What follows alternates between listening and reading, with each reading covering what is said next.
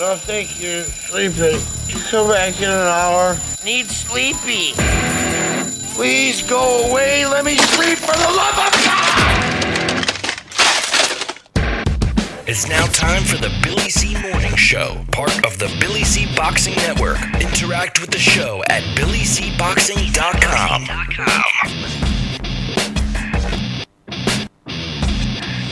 And we're coming to you live from the Billy C. Studios in Lake George, New York. I'm Bill Calogero, and it's time for the Billy C.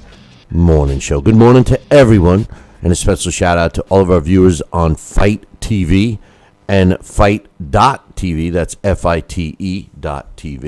Glad you guys could join us. We're glad to be part of your morning today. Today's show is being brought to you in part by Sal's Neighborhood Pizzeria and Italian restaurant located in beautiful St. Simons Island, Georgia. Check out the website, www.salsneighborhoodpizzeria.com, or give my man a call, 912-268-2328, 912-268-2328. Today's show is also being brought to us in part by JKJ Boxing Magazine. And if you're looking to get a free copy, check out our website, www.billycboxing.com. Click on the JKJ Boxing Magazine cover and follow the directions. And finally, today's show is being brought to you in part by my book from Tom Molyneux, From Bondage to Baddest Man on the Planet. It's available right now where all good books are sold. Tom Molyneux, From Bondage to Baddest Man on the Planet, is a piece of boxing history. It's a piece of American history. It's a piece of Black American history that you gotta read. And you can get a copy right now by visiting barnesandnoble.com or amazon.com. If you prefer the electronic versions, check out Kindle and Nook. You can get it there too. Tom Molyneux, From Bondage to Baddest Man on the Planet, is a must-read for everyone. And I suggest that you get 5, 6, maybe even 10 copies. You know, it's not too early to start thinking of Christmas. And boy, does it make a great stocking stuffer. It can fit right in there pretty easily. It's a quick read. And I'm telling you, once you start reading it, you can't put it down. Coming up a little bit later, Dax Khan is going to be joining us. And we'll get his thoughts on the Triple G fight. A lot of discussion still going on about Triple G. Some thoughts I want to talk about today. First and foremost, Triple G being ordered to fight Daniel Jacobs. Daniel Jacobs did call him out Friday night, and it'll be interesting to see if that fight can materialize.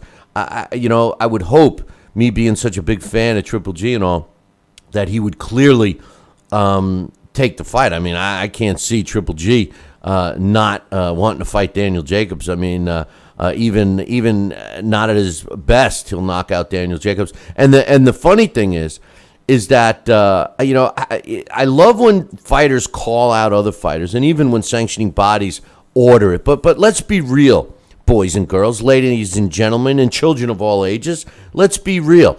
A fighter can say that he wants to fight so-and-so all he wants, but that doesn't mean he's going to sign the paper. You know, Daniel Jacobs could be asking for some outrageous amount of money, a la Billy Joe Saunders, who was offered $3 million to fight Triple G. I think Daniel Jacobs would be inclined to bring Triple G to the Barclays Center. It's where he calls his home. So we'll see what happens. My topic for today, big fight this weekend.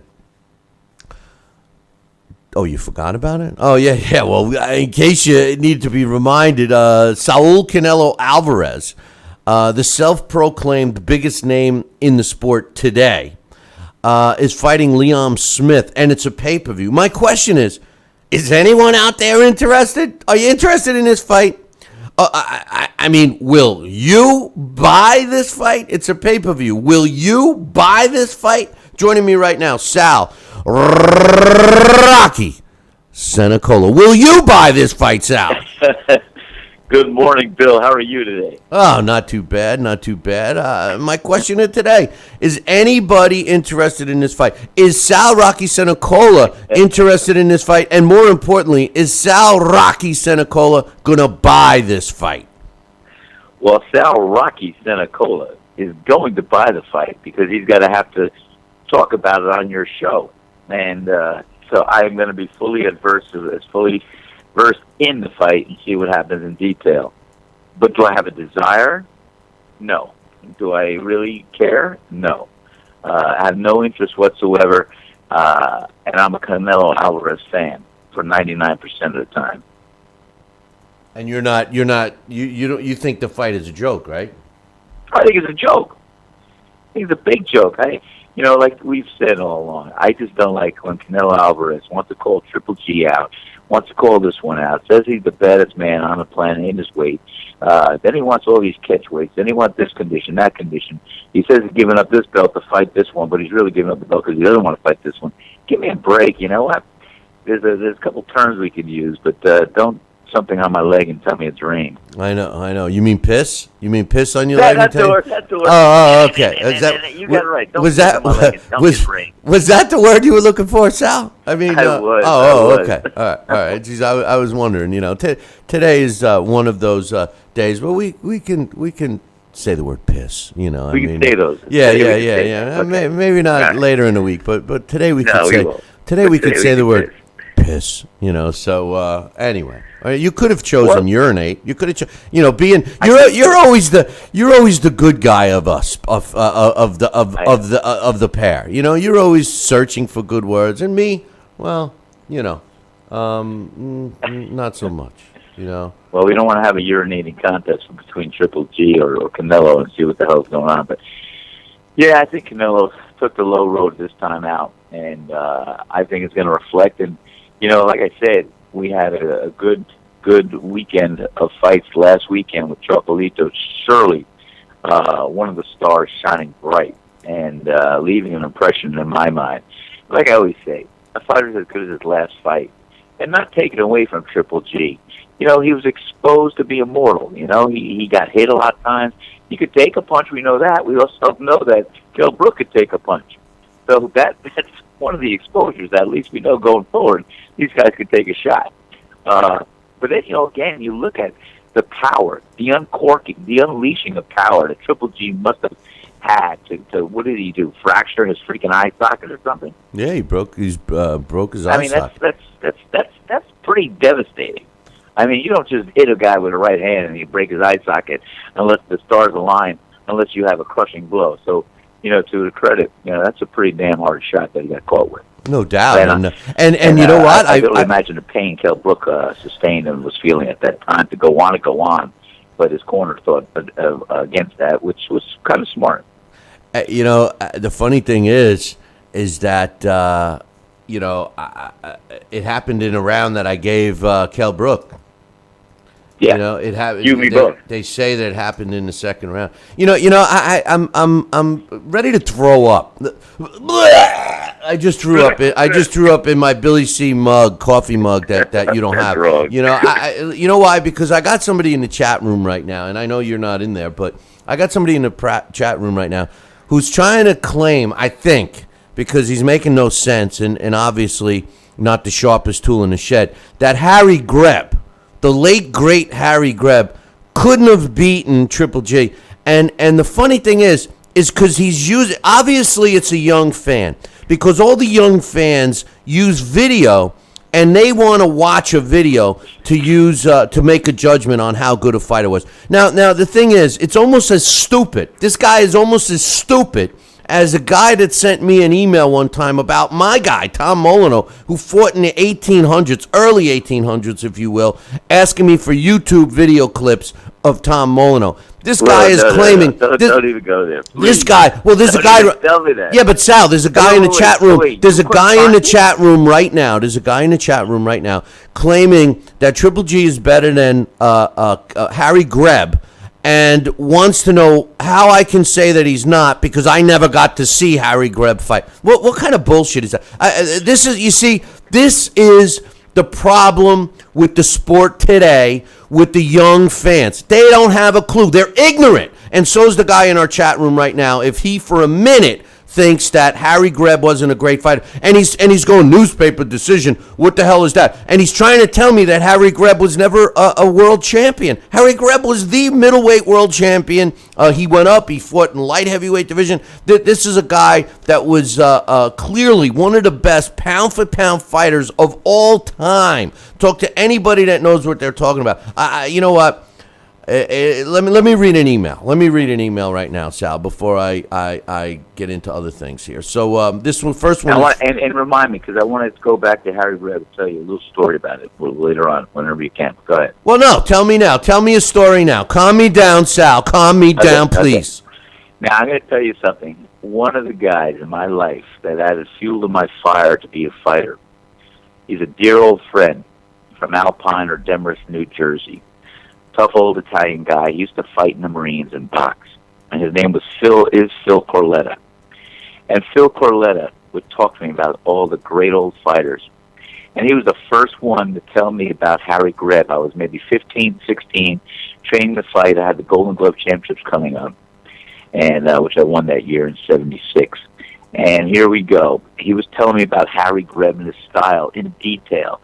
And Phil's got to be in his 80s now, but he was telling me how tough Harry Greb was, what Harry Greb could do that the other middleweights couldn't do, and how tough this guy was. And he would walk on hot coals, and he would sleep on a bed of nails. I'm exaggerating. I'm just telling you.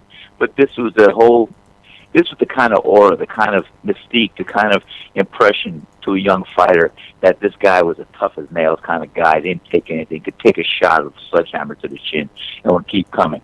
You know, those are the early impressions. So when I heard about Harry Greb and his boxing ability and his punches and his knuckles going right through the gloves and what he did to people, you know, I got it from this gentleman, Phil Corletta. And it built an impression of me that Harry Greb was one damn badass to fight, and nobody really wanted to touch him. No doubt. Well, they did. The guy fought. I know. You know, the guy fought everybody. And well, yes, I mean, he fought everybody. He fought everybody, balls to the walls, and he gave it his all. Well, not only that, he fought like 4 times a month. Mm-hmm. I think that was part of the analogy, because that's what you know, the pace that I was doing as an amateur. You know, I was fighting every weekend basically, and you know, we started talking, but like I said, the impressions. What I'm trying to make the analogy is this: the fighters of my generation, what we had as far as the lessons from the older generations, as far as what was igniting the fire underneath our feet and stuff to want to be the kind of fighters we evolved to be. You know, we heard the conversations. If you excuse my conversation or my depiction of what I'm about to say, the parlor room talk, you know, family in the parlor. That's what we used to talk about. The good old fight, the Tony Cantanaris, the Tammy Morellos, this one, that one, the Grazianos, the Marcianos. And those were the early seeds planted in our head. And these were the guys that would rise to the occasion, would fight with their hearts and their heads. You didn't hear about the purses. You didn't hear about conditions. You just heard about, hey, guess what? This fight was put together. This is the promoter. This is what they did. This is what they got paid. And that was it. So you didn't have to go through all the politics and all the bullshit that was I allowed to say that? Yeah, today you can. Okay, today you can. Thank you very much. Anyway, I just wanted to tell you. That's my little story about my introduction to Harry Greb. And then, of course, from that, I went on and I looked him up and researched a little bit too. And you know, it was really some career this guy had during an era in boxing when, you know, fighters did what they did because that's what they did for a living, and they did it for a purpose. In a sense, they fought with the passion of heart, the necessity to fight. First email's from my man Jesse. He says, Billy, I had the Kujaz-Roman fight a draw. Both fighters gave it all, but Carlos landed the most effective punches. Do you think Carlos was on his bicycle way too much? First of all, I thought that Roman Gonzalez won that fight, won it decisively. I did feel that Kujaz did pick up the later rounds, especially the last 2. But I felt that Roman Gonzalez scored more punches. You know, we had this discussion with Hall of Famer Larry Hazzard, and we'll probably bring it up again tomorrow when he comes on. But, you know, how many punches, or how many hard shots. If a fighter is gifted with a hard punch, and he lands one during a round, and it's a good one, but his opponent landed not Paulie Malignaggi little mosquito punches, but decent punches. But they're not, devastating brick-handed punches. But he lands, 20 or 30 of them during a round. Does the guy who landed the one punch who buckles the knees of a fighter but he doesn't go down, does he win the round? I don't know. That's a tough decision. I do believe that Krujas was landing some hard shots in the fight, but not enough to win. And do I think he was on his bicycle too much? I think he tried, but I thought Roman Gonzalez did a good job of cutting the ring off, Sal. I really did. So, no, I have to disagree with my man. Jesse says, Billy, I did go to the Tashi Palace in Lemoore, California, and it was a good experience, but unfortunately I couldn't afford the ringside seats to experience the real live fighting. The experience was great. Hey, listen, it doesn't matter where you sit. What I said to you when you asked was try to sit as close to ringside as you can. But even in the cheap seats, you get a different feeling. He says the experience was great. Do you think on the card Danny Valdivia is ready for a step up in level competition? The fighter he fought was tough and gave Danny a tough fight. He still needs to improve his defense and countering along with his footwork. You see, this is my point about moving fighters up, Sal. They can't just be put in with a guy that gives them a hard time and then expect to, okay, we got this guy. The first time you fight a southpaw, you struggle a little bit, you win the fight. Okay, now we know how to fight southpaws. No, you got to fight those level guys that you have trouble with several times until you get over that level and you can beat them easily. Then you're ready for the next level up. Do you agree with that? Well, Billy, that's how I was brought up. I'm telling you. My first amateur defeat was against this guy. He was outboxing me. I was just really a puncher, a slugger at the time, and I'd come at you. I'd try to cut the ring off. But this guy would hit, move, put me all over the damn place. And he won a decision. First defeat in my amateur career. I was so upset, so devastated, because this guy, I knew what he made me feel like. So what did I do? I went back to the drawing board. I actually got in touch with people that knew him in the gym, and we were going to have a rematch. And I trained for his style. I trained to learn how to cut off the ring. I practiced with boxers like him in his style. We sparred every day. I learned how to block the punches, slip the punches, to counter. And sure enough, we had a rematch, and it was a totally different fight. I knocked him out in the third round. And the whole thing was it. It was great. I felt the accomplishment. I felt this was the way to do it. Same thing. I fought a lot of southpaws, and the first time I fought a southpaw, I won, but it was a difficult fight. And then each time I fought a southpaw after that, I became better and better and better, more proficient. And I love fighting southpaws, and I never lost to a southpaw. It was great because I practiced my craft.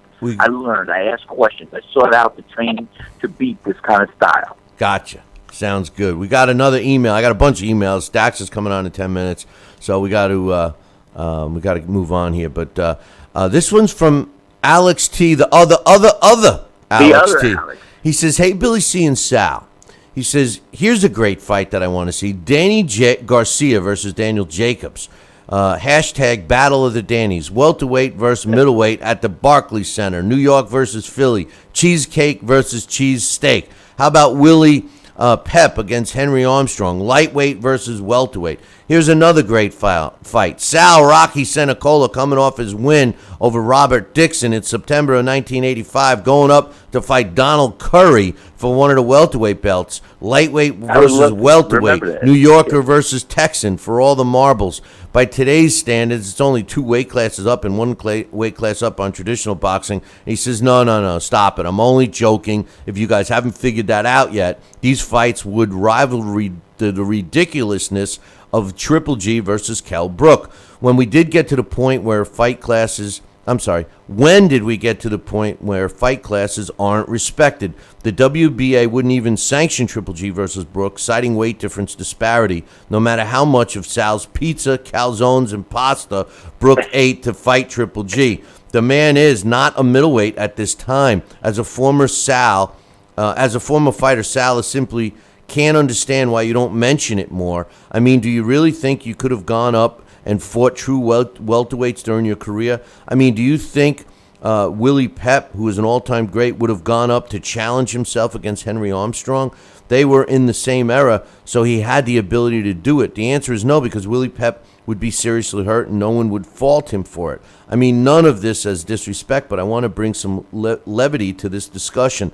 This is the reason weight classes were created after the 18th century. Even Ray Robinson, who most is considered the real best ever, fought a middleweight in Jake LaMotta and could barely hurt him. It took Robinson time for his body to mature before he was able to get the knockout over LaMotta in their fourth or fifth fight. It's tried and tested that a good big man will beat a good little man. The greats sometimes can compensate for it the most of the part. That's true. For which reason, it's smart to either stay in your weight class or gradually move up in weight. Hashtag weight classes matter. My man makes a good point, but there are some holes in his discussion. First and foremost, Henry Armstrong did start out in the lower weight classes and then moved up. And when you compare those all-time great eras when there were only 8 weight classes, the difference in weight really wasn't an issue. If you wanted to move and fight somebody in an upper weight class, even if you were a middleweight, a la Stanley Ketchel fighting Jack Johnson, they let you. It was a weight limit. You couldn't exceed the weight limit of that specific weight class, and they didn't care about the differences in weight from let's say in this case a lightweight moving up to fight a welterweight. If that lightweight weighed 139 pounds and the welterweight weighed 147, he was still challenging for the welterweight. And FYI, Alex T, there are other fighters that prefer to fight at their own fight weight, and they don't care how big their other opponent is. They need that movement, speed, etc., etc. So although I take your point and appreciate your point, there are some exceptions, and especially in the exception of Triple G against Kell Brook. Kell Brook was bigger than Triple G on all the weigh-ins. The weigh-in 30 days before, the weigh-in 7 days before, the weigh-in of the weigh-in, and the weigh-in of the night of the fight. He was bigger. So to suggest that there was too much weight disparity in that particular fight is kind of hogwash. But I get his point. And the problem with the weight classes, and Sal, I'll get your thoughts real quick, but the problem with the weight classes today, there's too many of them. Some of the weight classes are separated by a good dump. You go and you go have a healthy dump in the bathroom, and you made another weight class. I mean, there's too many of them. So I don't know. I get the point from Alex T, the other Alex, but I disagree with the WBA and them saying it was too much weight disparity. But I get his point. What do you think? I'll tell you what, he has some good, valid points. I got it. And it's a very well thought out, laid out email. And I appreciate that. For all intents and purposes, if you look at Manny Pacquiao, he probably should never have fought over junior welterweight. And there's a lot. I fought at welterweight. I had 1 or 2 shots at welterweight. And that was put together. And I felt pretty good at it. But the truth of the matter is, my best fighting weight, and I would come into the ring when I would make the weight. Usually by fight night, I was still 135 pounds because I took care of myself. I ate right, I drank correctly, and so I was strong as a lightweight. Maybe junior welterweight would be okay, but I know what he's saying. And you look at the big guys, how some of them put the weight on slowly over time. You have the contemporaries like the Michael Spinks coming up to a heavyweight, or Evander Holyfield coming up from a heavyweight. They packed the muscles on with nutrition, with strong muscles, with fitness, and they were able to evolve, and they didn't do it overnight. They did it through a course of months and several training sessions and diet and exercise. So, yeah, there's a difference between putting on the weight and packing between pounds by just eating and working out. But there's a way to do it where you're building your prospective muscle mass, and your diet and your fitness level has increased the muscle mass by exercising. And another thing too, Sal, is that with the catch weights, And I think also an important part here is if they had the weigh-ins the same day of the fight, the morning of the fight, I think that the definition of the weight classes would be more accurate, because today, you got some people, their bodies can dry out more than others, a la Canelo Alvarez, and well, yeah, you're so right. It's like when I the first fight. Now I kind of said to you, my last fight in the '80s when I fought, it was February 6th. It was the undercard of Vinny Pazienza and Greg Houghton. I was a co-feature event. I was fighting a 10-round fight against Louis Lamelli. He was undefeated with maybe 23 wins, 22 knockouts. And we had the weigh-in. And for the first time in my whole boxing career, the weigh-ins were the day before. And if you look at any Louis Lamelli's lightweight fight, especially when he fought Whitaker, this guy is he looks like a middleweight. And so when we were on the scale 24 hours before the fight, he couldn't make the 135-pound limit. He had to come back an hour later just to get it over. But when he jumped in the ring the next night, this guy looked like a freaking middleweight. Yeah, well, that's what happened. We got another email, and then Dax will probably be calling in. But and then I got some other emails that we got to get to. But that was a good email from the other other Alex. I appreciate his thoughts. No, it's the other Alex. And again, I want you guys to take the time to drop me an email. Is anybody really interested in this fight this weekend, Canelo against Liam Smith? And are you going to buy it? I mean, if you can come up with some cockamamie BS story that you're interested in. I did get an email a couple of weeks ago saying, oh yeah, that it's going to be a good fight. Liam Smith is a good fighter. Blah blah blah. If you're trying to convince yourself of that, the bottom line is, are you going to buy it? Because the best fight on that card is William Monroe against Gabe Rosado, and even that. I love Monroe, but I don't think he stands a chance with Rosado. He's too big and too strong. But anyway, hey, real quick, I just want to remind people that my man Coach, who's in the chat room all the time, he's got a column up on BillyCBoxing.com, and you got to check it out. And, of course, his website, StrictlyBusinessBoxing.com.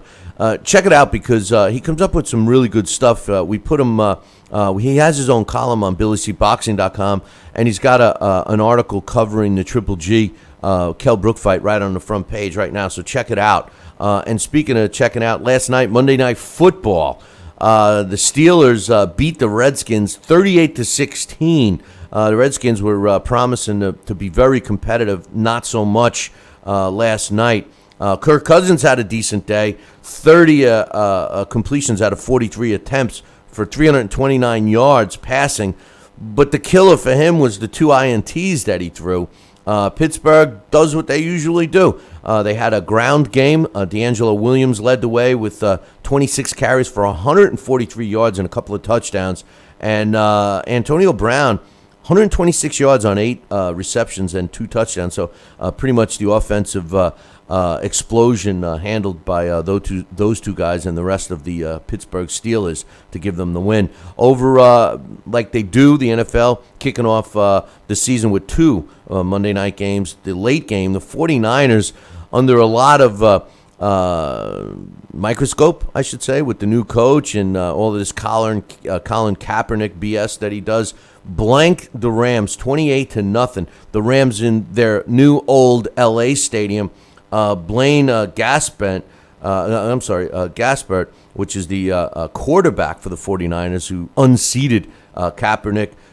22 completions out of 35 attempts for 170 yards and a touchdown.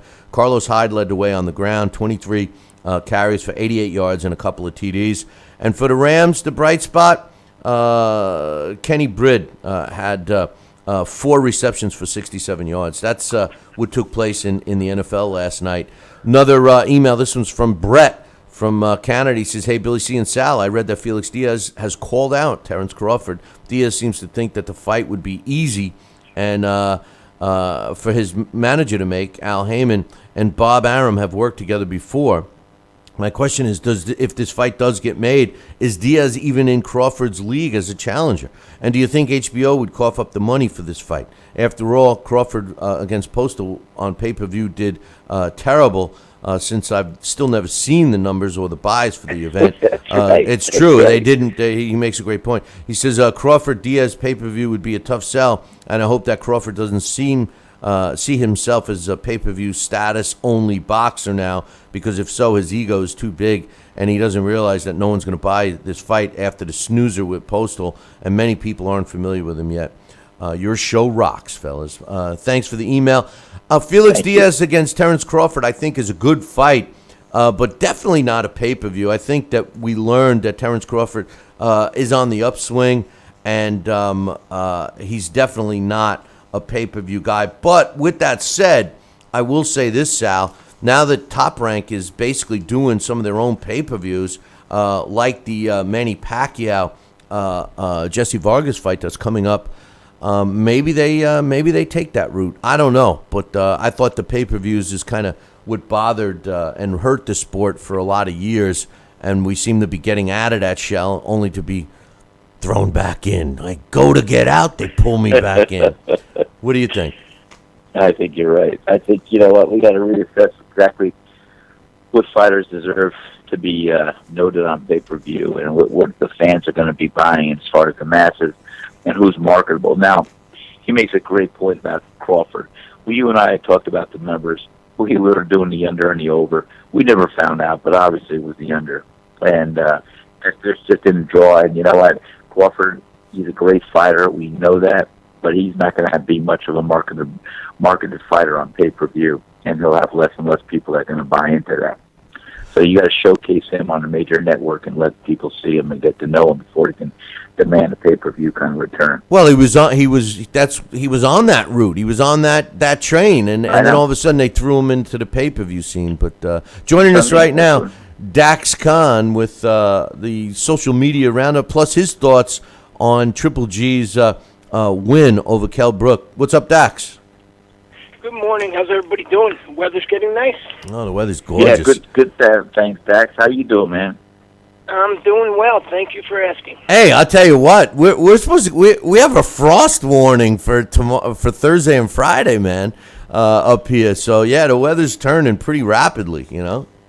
Yeah, same thing here. You know, I hate nothing more than air conditioner, to sleep with the air conditioner on, or even have the air conditioner on running all the time. So the last 2 nights, it's been dropping down to the 40s here, and I've been loving just keeping the windows wide open, sleeping. I'd love nothing more. You know, to me, it's the only thing that could be better is sleeping on the beach, Bill.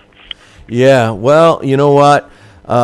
I'm at the point now, leaving the windows open. I'm starting to say, you know what? Maybe I better close them at nighttime because it's, it's a little colder up here in the mountains, you know. But what do you got for us? When you're old, you get cold easy. This is true, and I always told you, Sal. Dax, you remember I told you if you ever see me wearing a flannel shirt in July, it's time to put a bullet in my head, man. You're right. What do you got for us, Dax? I'm sorry? I said, what do you got for us, man? First and foremost, what was your post-fight thoughts of Triple G Kell Brook? You know, I see a lot of differences of opinion. I thought, although he had a bad night, and I do believe there was something up with Triple G in terms of his health or whatever, he did what he had to do. He knocked out Kell Brook, who I personally think is really, I don't see anybody beating Kell Brook in the junior middleweight division, certainly not in the welterweight division, and I think he could be competitive with the exception of Triple G in the middleweight division. Sal and I were talking yesterday. Kell Brook did more for me and my respect for him in losing against Triple G than most fighters do when they get the W. What was your thoughts on the fight? You know, everybody in this sport these days looks for the negative. And that's exactly what they were doing with Triple G, and that's exactly what they were doing with Kell Brook. When we spoke about this fight last week and the week before, you know, we stated there's a big difference between this fight and the Amir Khan fight for reasons that have already been gone over. Kell Brook came in as a genuine middleweight. You know, the question a lot of people had was, is Kell Brook a middleweight who has been fighting in the welterweight body, or was this a science experiment gone wrong, and the only way to find out was going to be on fight night? I think our answer is Kell Brook is a middleweight who's been fighting in a welterweight body. Now, with that being said, Triple G, whether or not he came in there expecting less, or whether or not he was just not feeling well, as rumors stated, it doesn't matter. Truth is, Triple G got the job done. Kell Brook made a phenomenal showing of himself. Instead of fans and critics standing around and looking for reasons to pick either guy apart, we should be happy that, you know what, not only did Triple G solidify himself as a guy who, even when behind, can do what he has to do, because not every fighter is going to have a fantastic showing every time out. But now we also have a new superstar. Kell Brook was already a star overseas. He had quite a fan base over here after the Sean Porter fight, but there was a lot of criticism on him afterwards. Me and you spoke about that later on that night. But now, you know what? We got a new star, and so this is what this is what we need to concentrate on. The fight itself, it wasn't that Triple G did anything bad. It's that Kell Brook did everything extraordinarily well. The ending, the stoppage, at first was very odd, but when you watch the fight, you can see Kell was pawing at the eye. We have seen worse injuries, but then when you see the MRI that was released, Kell Brook was seriously hurt. I applaud Dominic Ingle for coming on there and knowing enough to stop that for his fighter, because when you get a guy like Triple G with that extraordinary power, even if he wasn't such a technical boxer, but that type of power, another round, when you look at how he was picking up his accuracy in that fifth round, Kell Brook could have been seriously hurt, and his career could have been ended. Not only did he suffer an eye socket injury and go under surgery yesterday, but there was also rumors that he suffered injuries to his neck just due to the sheer velocity of his head snapping back. We said it yesterday on the show, Dax, that a corner, they have to do exactly what Brook's corner did. It's their responsibility to look out for their fighter.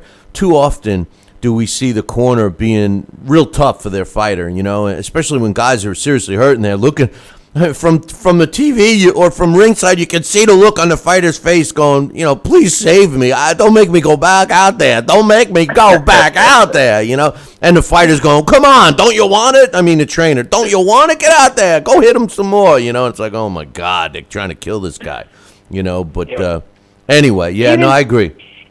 Even with people focusing on Triple G looking bad, and I listened to the show yesterday, and I heard Sal say today, Triple G was shown to be, he is a man, he's human, he's ordinary. Anybody who thought differently, this isn't a movie, and that's the problem with a lot of boxing fans today. They think that this life, that this sport is a movie, and it's not. Nobody is superhuman inside that ring. Now, John Scully made a comment that was dead on. He said, this is a guy who has 35 professional fights and over 350 amateur fights. Do you think he doesn't know how to box? Do you think this is a one-dimensional slugger? Do you think this is a man who went in that ring and didn't know what he was doing, whether or not it was his best performance? Now, Triple G, after the fight, he had made statements on he didn't think that Kell Brook had middleweight power. There was a point in that fight where it looked like he was buzzed, but John Scully made a valid point right there. Somebody who has 400 career fights on the Olympic level and the World Championship level, even on a bad night, if they suspected that their opponent was going to really hurt them or they were in trouble, he could have altered his game plan. He could have held Brook. He could have did a lot of things.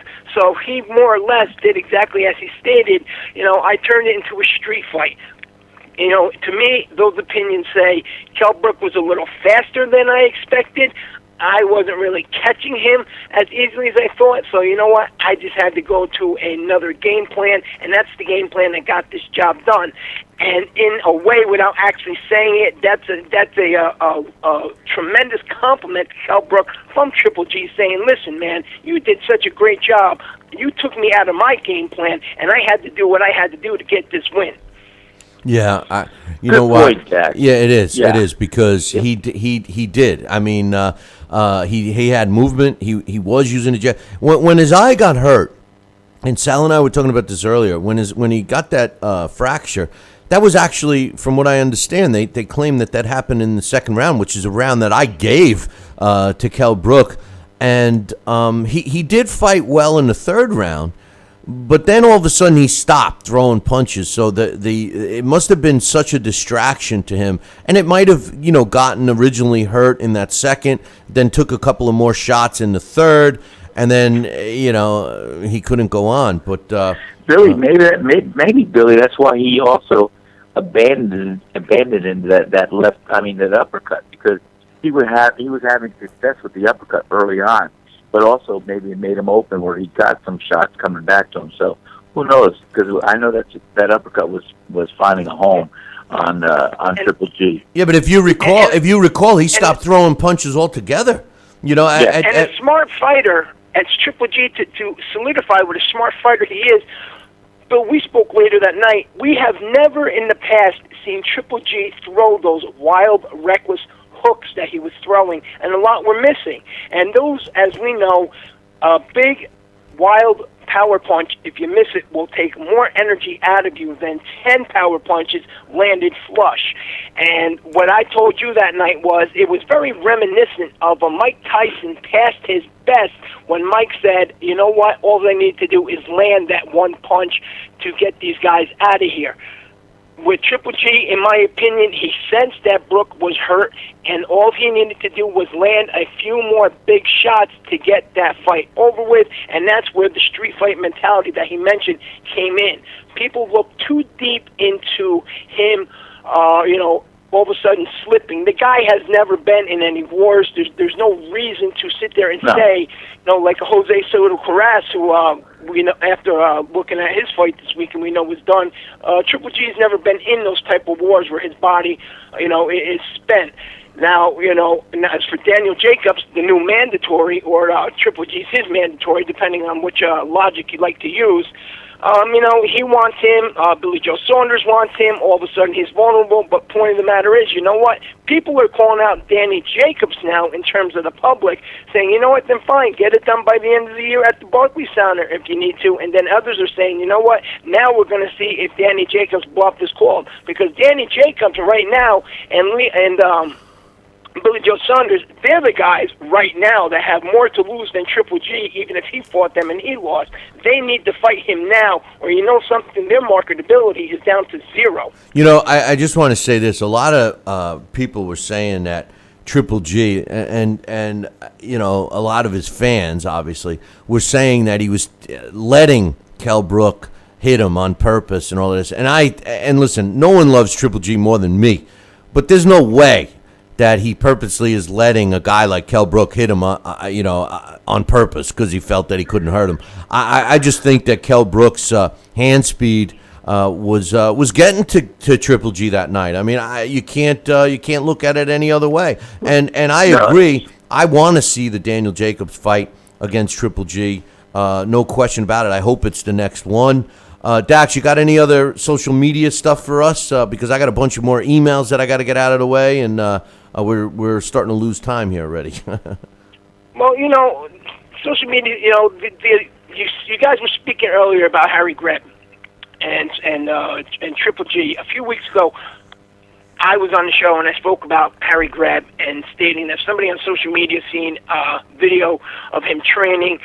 It was more or less kind of a parody video, and they were talking about how unskilled he was. And you guys mentioned before something about him fighting only 9 times a year.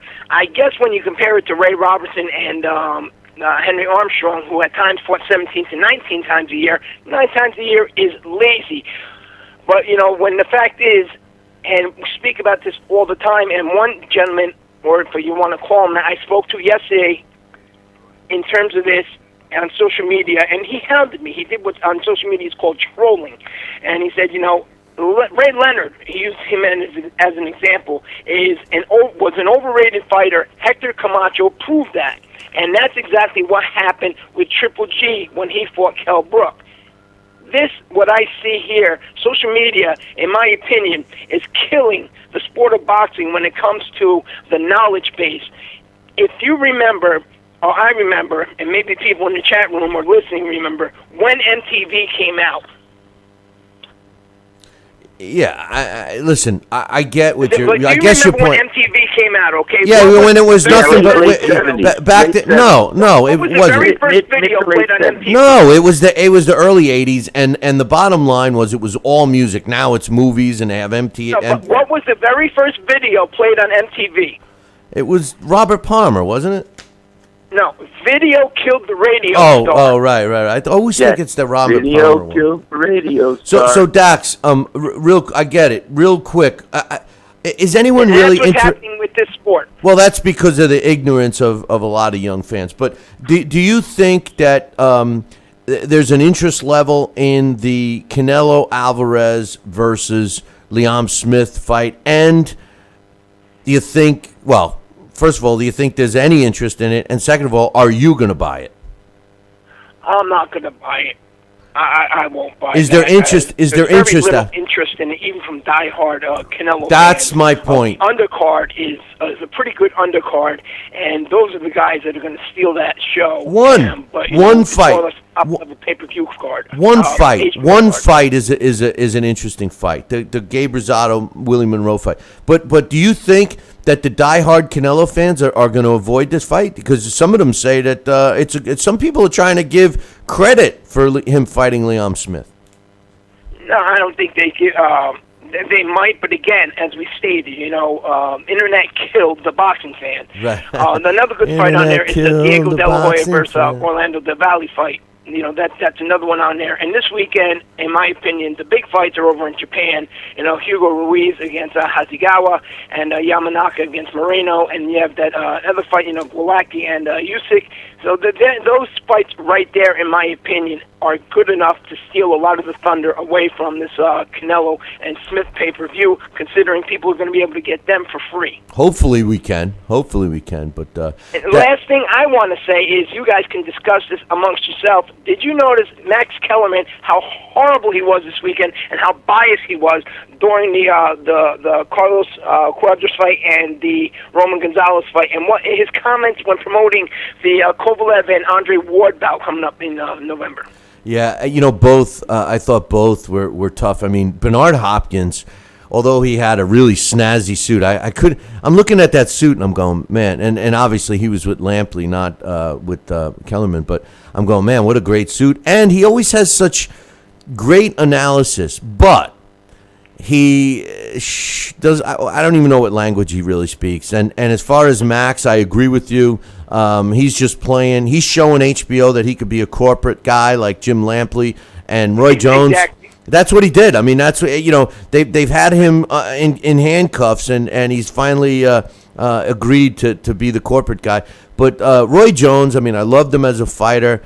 I just think he's run his course. They need to get someone else in there and not B-Hop. I love B-Hop, love him, but no. This is the comment that drove me nuts. Okay.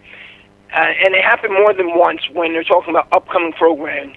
And he said, coming in November is going to be a unified light heavyweight champion, Sergey Kovalev, and he emphasized against the great Andre Ward. Well, then he would say anybody who's a boxing fan that doesn't want to see this fight, whatever he was saying, isn't a boxing fan or whatever. Which, listen, it is a big fight. And I think the pressure is more on Andre Ward than Kovalev. But we'll have plenty of time to talk about that. Dax, I appreciate your insight, and hopefully we can get you again on Thursday.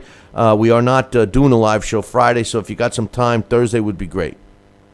All right, Bill, I'll talk to you then, and I'll talk to the great Sal Senicola. There you go. Hey, you take care, Dax. Have a great day, buddy. Take it easy. Great job. It's my man, Dax Khan. You can check out his column up on BillyCBoxing.com. Sal, we got a couple more emails here. This is one from your buddy Joel. He says, hey, Billy C., I haven't heard you discuss it much lately, but the real big fight this weekend, if you ask me, and that's Joel, is Krzysztof Glowacki against Alexander Usyk, one that we just touched on. He says, I'm hoping to find a stream to watch that on Saturday. I'm very intrigued by this fight, and I think Usyk may be positioned as one of the future dominant fighters in the cruiserweight division. I wouldn't be surprised to see Usyk go to Poland and beat Glowacki this weekend, which I think is what will exactly happen. What are your and Sal's thoughts on this huge cruiserweight fight? Sal, I don't know if you had a chance really to follow this fight, but Glowacki is a fighter who, in the cruiserweight division, beat Marco Captain Huck, who many thought, including myself, was the best cruiserweight out there. Huck was winning the fight until Glowacki knocked him out towards the end of the fight. I think it was the second to last round or the last round, one of the two. I don't recall right off the top of my head. But Usyk is an up-and-coming fighter as well. The cruiserweight division, Sal, is a division I wish was more popular here in the States because the maximum weight is 199.9. 200 pounds becomes a heavyweight. And they're big guys. They're big guys that can fight and generally are in good shape. And for some reason, the U.S. hasn't really accepted it as much as I wish they did. What's your thoughts on this one? Well, I saw the Huck fight, and I think they're talented fighters, and Glowacki and that. It's a stagnant division. I mean, it's. I think it was introduced in the mid '80s. I was still active, and I think it came out, but it never had the fire. We knew that the light heavyweights were 175 or lower or below, and then anything after that was heavyweight. And there was a big disparity. You come in at 180 pounds versus 240. Yeah, so they said, let's put a nice happy medium in here. Let's make a cruiserweight 200 pounds. But it never caught fire. It never took off. It's a shame. And it's a shame because, there's some good, valid fighters that can handle and be showcased at 200 pounds or 199.9 pounds and below. Well, the thing is, Sal, it's not popular here in the States. No. But outside the States, it is. In Germany, it's extremely popular. In Poland now, obviously because of Glowacki, it's gained some momentum. I think, we as Americans, and of course I'm proud to be an American, but we as Americans think that we're in charge. Everybody's got. It's a funny story. When I was in France with a fighter, I'm not going to mention his name. He was fighting for a world title, and we're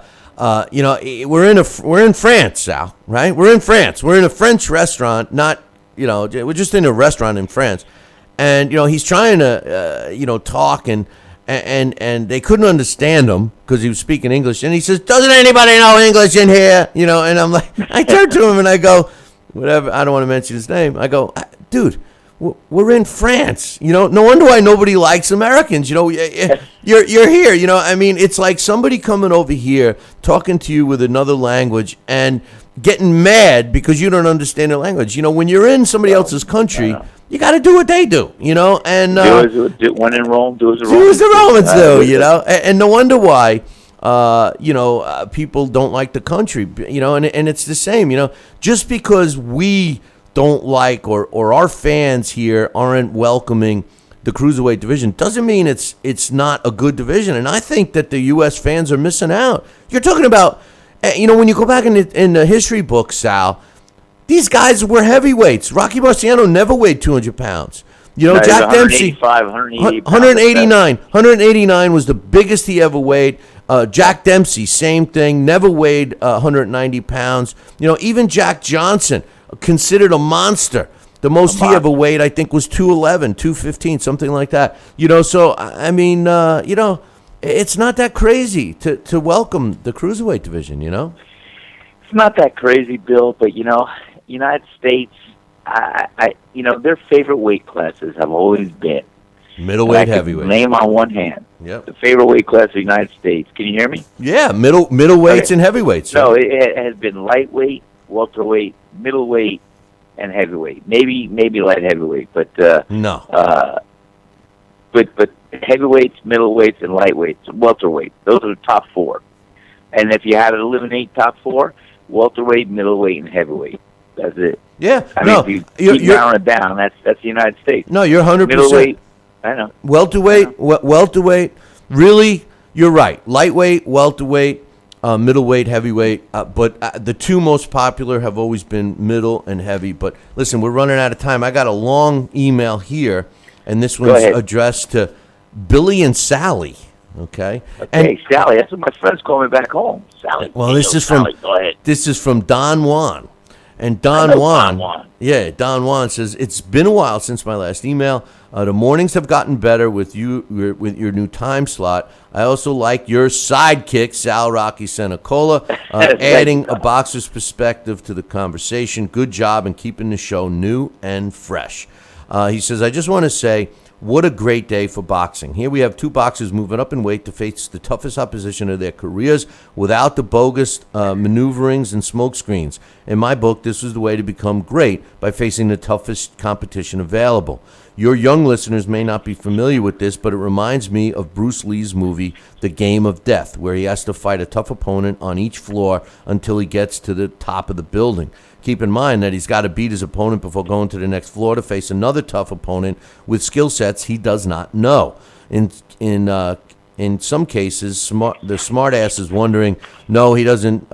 No, he does not trick the opponent, hoping to sneak by them, go to the next floor. Although there were characters in the movie who attempted to do just that, which reminds me of boxers cherry picking their opponents, hoping they can fool people into believing their sham of a career. History, on the other hand, will not be so easily swayed by these false claims of greatness. Anyway, going back to my two big fights, I thought Kell Brook looked the size of a middleweight, but the other question that needed to be answered was, can he take the power of a middleweight? The answer seems to be no. I thought he looked good with his movement and landed some big punches here and there, but unfortunately, once Triple G broke his eye socket after being battered with flush shots in the fifth round, it became apparent that he was just a matter of time before he got seriously hurt. I definitely think he should fight Canelo next to gauge which weight class he's more effective at. Now about Triple G, I think he plays this dangerous game where if he thinks his opponent can't hurt him, he gets less cautious and gets hit more. This may lead to a fatal mistake in the future, but on the flip side,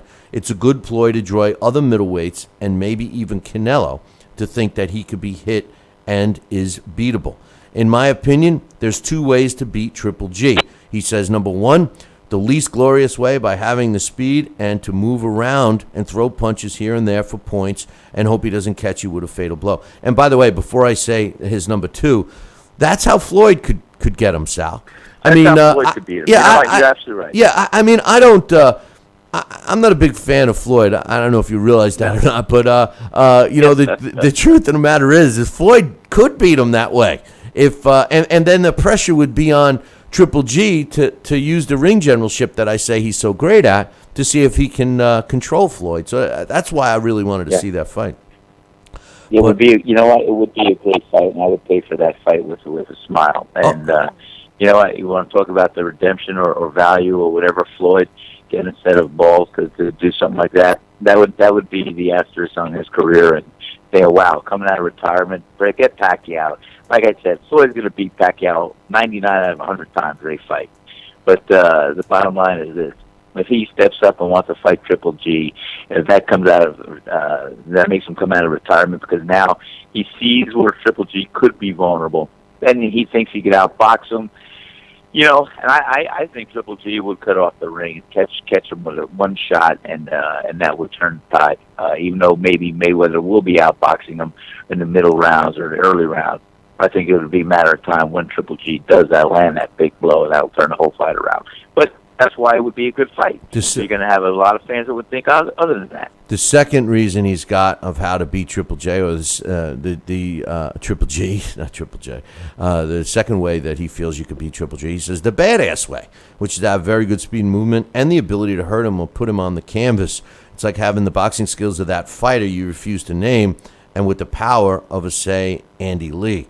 What a fight that would be. He says, no doubt the greatest fight that night, or dare I say for the year, was Chocolatito versus Cujas. Here you have two fighters in their prime, both having the most difficult fight of their lives, each landing big shots with the intent of inflicting damage to each other. There's none of that safety-first mentality where the priority is not to get hit and just cruise on points. I think it was a close fight, but I have to give the edge to Chocolatito because he took more risks and brought the fight to Cujas. Cujas, on the other hand, was moving out more, holding more, threw a lot of flurries, but a lot of them were not that hard, even though both did damage to each other. I think Roman was more efficient with his punch output, and the connect ratio showed more ring savvy. A rematch would be welcome, or moving on to bigger challenges like Inoue. Chocolatito win-lose Win or lose is the definition of a great fighter, where you are judged by the quality of opposition and not solely on the number of wins. Although he has the opportunity to accomplish that as well, that would just be a trivial fact, but not the highlight of his career. As a side note, don't be that guy in the movie who tries to sneak through the tough opponents by hoping they could fool history. The only one getting fooled is himself. As always, great show, guys. Great email, Sal. And, great email. And I agree. That is a classic. That is beautiful. I want you to save that and frame that. That's a great email. Yeah, I'll frame it and I'll put it in your restaurant. There you go. There you go. Do that. So I thought that I thought it was a great email, and I agree with everything pretty much from Don Juan. Don Juan. That was Don Juan. I want to know if Don Juan does well with the ladies, like I've heard so much, you know. But anyway, I got one last email, and this one's from my man Mitch. He says, "Hey Billy C, how come nobody's talking about Kell Brook's defense, or should I say lack thereof? He's the one getting eye surgery. I'm just saying." You know what? Was it his lack of defense? I mean, he was moving around. Or we got to give Triple G credit. Why are people so reluctant to give Triple G credit? I just don't know. He says, being an IBF man myself, we both hate the WBA, but I'll give the WBA a non-hate pass on this one, and that's he's referring to the WBA ordering Triple G versus Daniel Jacobs. This is a strange one. Triple G is the super WBA champ. Daniel Jacobs is the regular old WBA champ. They are ordering the fight. Rumor has it that they are negotiating for the fight. I said it when we first talked about this yesterday, Sal. Triple G isn't backing away from anybody. If Daniel Jacobs really wants to fight him, and he fights within a reasonable purse, this fight's going to happen sooner than later. And I just say I already feel sorry for the beating that Daniel Jacobs will receive from Triple G. He does not stand a chance and will not make it to the final bell. This fight will end by a knockout. What do you think? Yeah, I think it will too. And I think, it's amazing. I think that fight does take place. Yeah, Triple G will be right on top of him and knock him out. Yeah, I see that. This guy in the chat room, he's hey Bradley in the chat room, Bradley pound for pound. I'll bet you anything. You drop me an email and we'll come up with a bet. I've bet many people on air, to do something. He claims that Jarrell Miller will be a world champion. He says he's a special fighter. I say Jarrell Baby Miller is a fraud with a capital F. This guy has fought nobody and cannot beat any of the champions out there today. And listen, I can't see him beating any real heavy. Who's he fought? In his last fight, everybody said, oh, he showed athleticism, he showed skill, he showed nothing, and he's not even that big. He fought Fred Cassie, who's, they call him Big Fred Cassie, and he's not even that big, compared to the heavyweight. Anthony Joshua kills him, Luis Ortiz kills him, even Deontay Wilder kills him.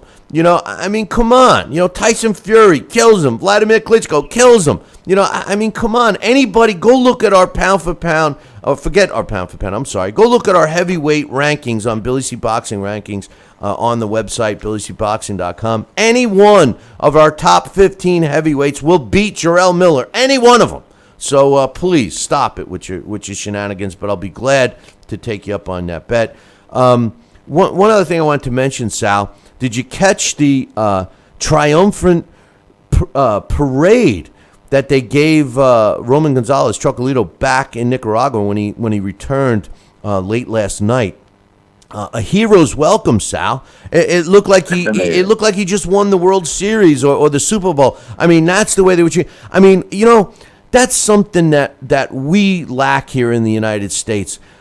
Boxing in some other countries is still huge. And it brought a tear to my eye to see how much support he received in his home country. Because you know what? Make no mistake, Sal. This guy, Alexis Arguello is his idol, his mentor. He seemed to, fuel his career by his Nicaraguan heritage. What's your thoughts on his hero's welcome? I think it's fantastic. You look at all the old greats.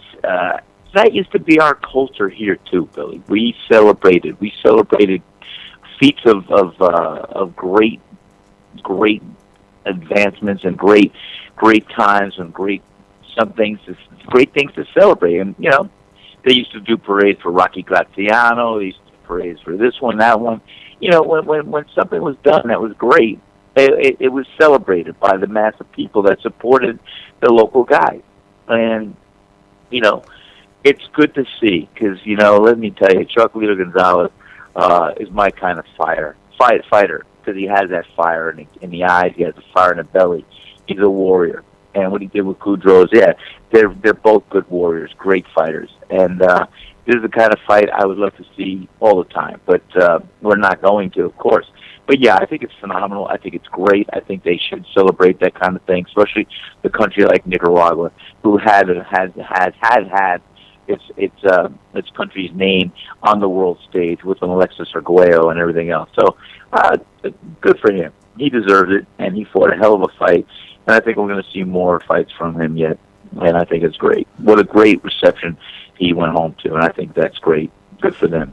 One final thought, Canelo Smith.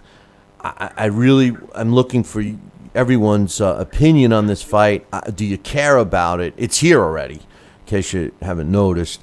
Drop me an email, billy@talkinboxing, TalkinBoxing.com. Two questions I have for all the fans out there. Number one, does anybody really care about this fight? Are they interested in this fight? We're still talking about Canelo Triple G. We're talking about Canelo and Brook now. We're talking about Canelo and everybody, but the guy he's actually fighting this weekend. And again, my question is the same. Are you going to buy this fight? Unfortunately, I have to because I got to talk about this fight. But my recommendation to anybody out there: don't waste your money. Don't waste your money on this fight. Listen. Despite a couple of good undercard fights, it's not worth whatever they're charging, which I don't even know. But it's not worth $10.99 for this fight. It really isn't. What do you think, Sal?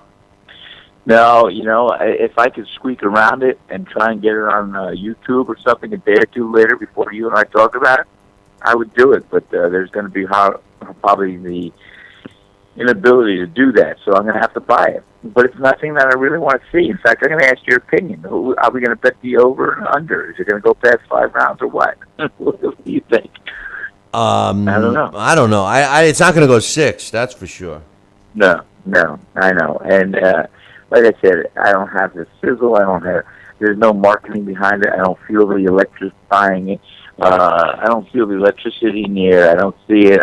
It's not exciting. Like, it's not doing it for me. At least with this Kell Brook fight we had building up, it was on the world stage, if you will, and we were looking for it. We had anticipation for it, and whether some people thought it was anticlimactic or not. I mean, you and I discussed it even after the fight, but it was something that we were looking forward to. This one, I don't care. No, I agree with you. Don't forget, everybody, tomorrow, Boxing Hall of Famer and New Jersey Boxing Commissioner Larry Hazard is scheduled to join us.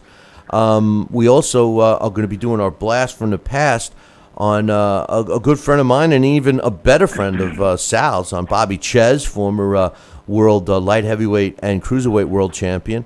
And Thursday, we're going to be back with some more discussion, our final thoughts on Canelo Smith and the rest of the card. We are not doing a live show on Friday, and I still am up in the air whether I'm even going to waste my time doing a post-fight show for Canelo Smith. So I'll make up my decision within the next 24 hours. So I'll leave you guys with this. Make sure you tune in tomorrow morning. Same bat time, same bat channel. Until then, ciao, baby.